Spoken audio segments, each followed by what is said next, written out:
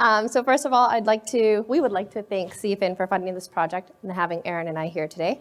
My name is Risha Parmar. I'm the Manager of Business Development and Strategy for Renaissance. And with me is Aaron Gilchrist. Oh, thank you. Aaron Gilchrist, who's the Manager of Scientific Affairs.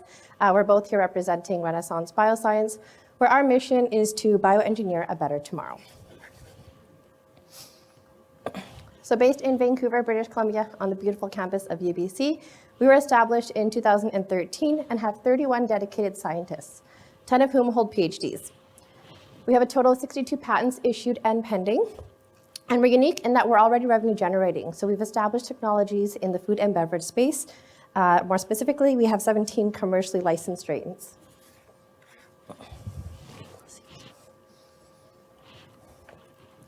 We've spent over a decade now perfecting our WOOP platform, which is the whole organism optimization platform. It's from this platform that we've developed 2 technology categories and generated our revenue from the 17 commercial licenses, all of which are derivatives of WOOP. Our platform follows a very iterative model where we design, build, and test each technology in our portfolio. And then we take the findings, learn from them, and apply it in a novel way to develop our next and latest technology.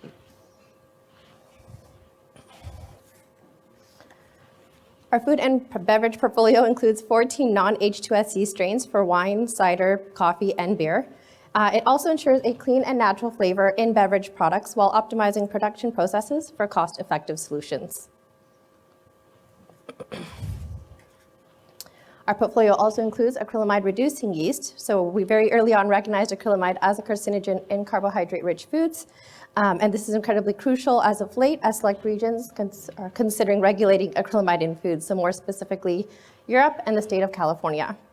Our achievements also include the world's first non-GM clean label brewer's yeast that produces low alcohol beer with an unparalleled taste. So from our decade of experience and the WOOP platform, we identified an unmet need in plant-based proteins. Consumer expectations for diversified food protein sources to flavor enhancements are driving the demand for innovation. In addition, food companies are being urged to reduce production costs. So there is an advancement needed in novel functional food ingredients to align with the market demand. Some challenges that plant-based companies are experiencing are the ability to diversify their products. So this could be anything from making a muffin out of fava protein or ice cream with chickpeas.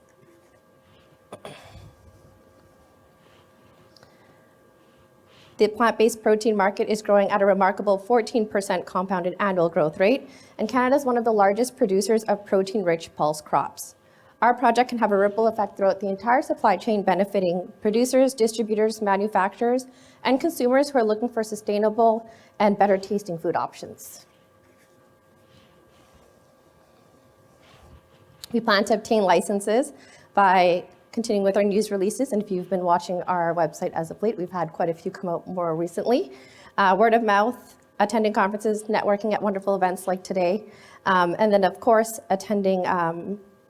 utilizing our organic growth. So because we're established in food and beverage industry, we plan on utilizing those relationships and using our technology into those areas and those companies as well.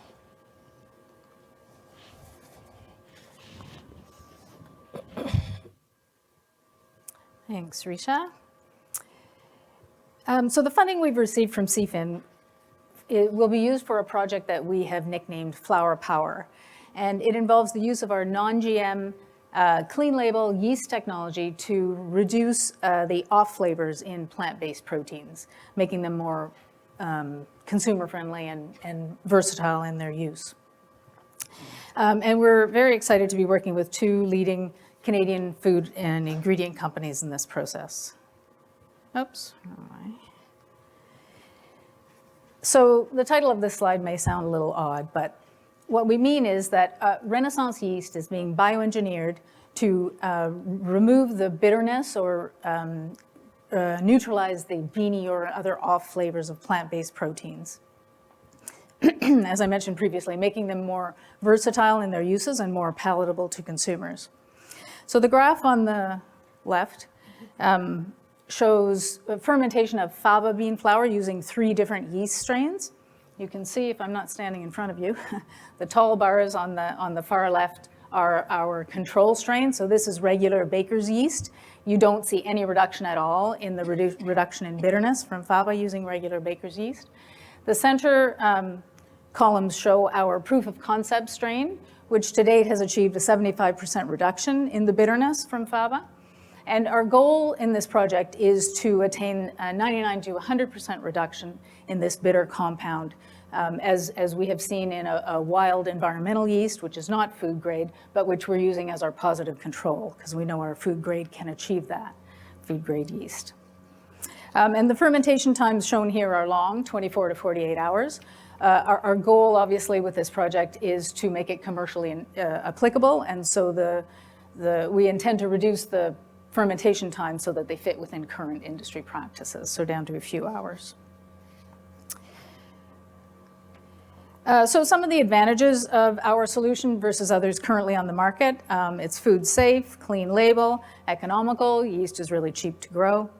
It's easy to adopt. It has unique health attributes, environmentally friendly, can enhance nutrition, so yeast is full of vitamins and minerals, and it provides the potential for IP opportunity in Canada.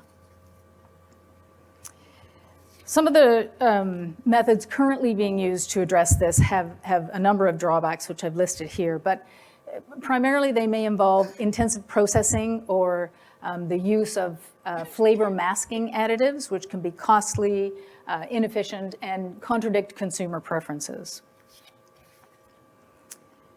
So this is an outline of the project plan. The dark blue boxes on top indicate work that will be done at Renaissance in our laboratory with advisory input from our partners. The lighter blue boxes on the bottom row indicate work that will be done in the industrial facilities of our partners. And we hope that by March 2025, when the project is complete, we will have identified commercial partners who are interested in licensing this technology from us.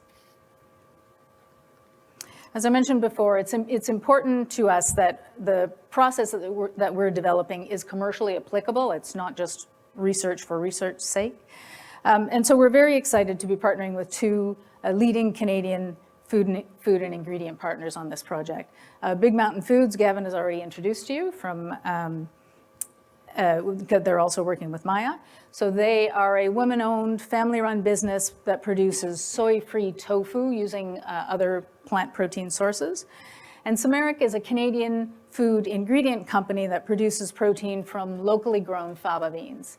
So they are involved in every step of the process, from the seeds in the field to the final food ingredient, turning crops into value-added foods.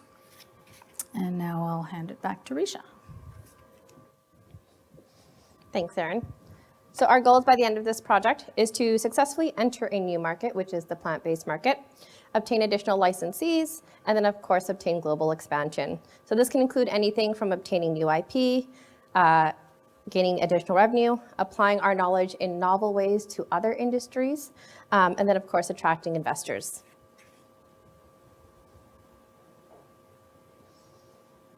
Oop, wrong way. There you go. Moving ahead from this project, we hope to obtain development partners like Big Mountain Foods and Samaric so that we can ensure that our technology is easy to adopt in a real-life operational setting. We're also looking for partners for commercial licenses. And both of these partners fall under all the same characteristics in terms of the partners we're looking for. So that's food ingredient suppliers, manufacturers, and processors.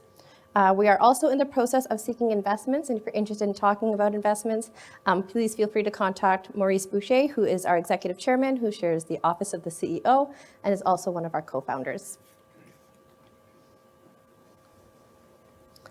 Again, we really want to thank CFIN for having us here today and our partners for their ongoing support, and to all of you for your attention. Thanks.